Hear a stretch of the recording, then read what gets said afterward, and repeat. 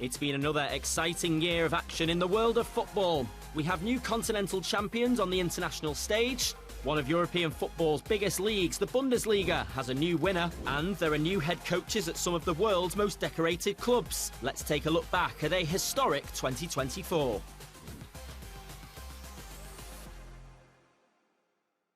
Hello and welcome to Football Now from Al Bidder Park in Doha. It's time to take a look back at some of the most exciting on-the-pitch moments from 2024.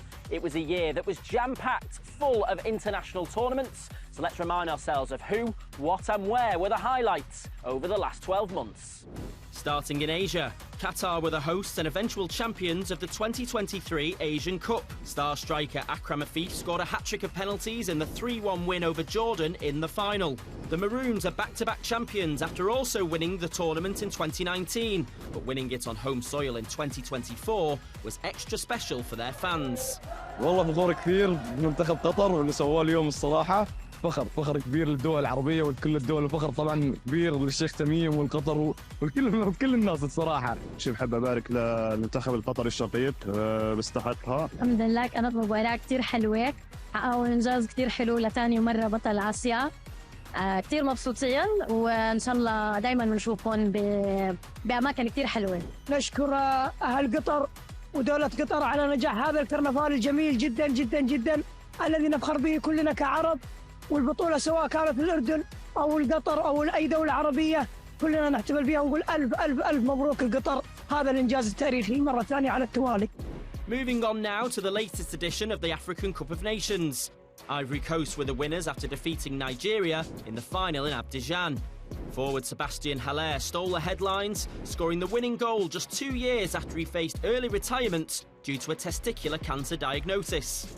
In South America, it was Argentina who won their second consecutive Copa America and the third major trophy on the spin. It's a record-breaking 16th Copa America trophy for La Albiceleste. Now, what an extraordinary story, because they gave the coaching job to Lionel Scaloni, who'd never coached a senior team before. After the shambles of the 2018 World Cup, they gave it to him on a caretaker basis for one reason alone, really. He was cheap. They didn't have a lot of money. I remember at the time, Diego Maradona saying, "Well, Scaloni, he's a nice guy, but he's not qualified to direct traffic." And here we are, a few years later, after that, because they hadn't won anything from 1993 onwards, and now they've won 2 Copa Americas and a World Cup. Now, it's difficult to retain the World Cup. It hasn't been done for a very, very long time. The bar is set now higher than it's ever been. So it's been fascinating watching this story. In order to win again in 2026, they're going to have to be even better than they were in Qatar. And finally, in Europe, Spain defeated England in the Euro 2024 final in Berlin. It's their 4th international trophy since the turn of the century. Meanwhile, in Germany, Bayer Leverkusen were crowned champions of the Bundesliga for the first time in their club's history, and they did it in style. An invincible season for Xabi Alonso's men saw them go an entire campaign without losing a match. It was an achievement that even the mighty Bayern Munich didn't manage in all of their years of dominating German football. You know, they also played beautiful football. It wasn't kind of, building the wall, parking the bus. There were also some magical nights in the Europa League for them. To my absolute astonishment, they didn't really show up against Atalanta in the final. Atalanta had a great game plan, a great match, and deservedly won. But, bear in mind that Bayer Leverkusen was not just unbeaten in the Bundesliga the whole season, they were unbeaten across all 3 competitions. And they went on to win the cup. And the first time they were beaten on German soil in a year and a half by a German team was actually in October when they hosted Leipzig in the Bundesliga. Yeah, as I said, it was a huge achievement, and it did get the credit it deserved in Germany for sure.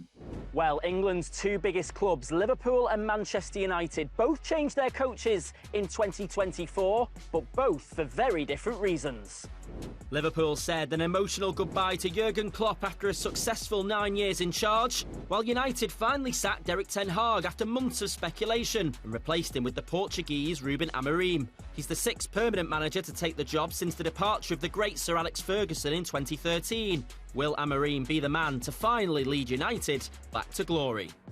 It's going to take time to really see this success long term. And all these changes that are being implemented off the pitch, again, are going to take time. You know, people I think are under this impression that you come in a couple of months, they're going to change everything. It takes years sometimes to get this right. We've seen with Liverpool and City in the past how long it can take. And Arsenal are now obviously reaping the rewards of it as well in the last couple of seasons, fighting near the top. So it does take a while to get these things right. And he's going to have to be given that time as well as any of the managers have been. But even more so, I think, because it just can't keep going around in this cycle. I think for now, it's just about sticking behind him and seeing the long-term vision rather than, a couple of quick results in the short term. There's definitely optimism again. I think there's always that renewed optimism. We've just got to be patient. I think we're a couple of years away, but I'm hopeful that this time, given the time, it will get there.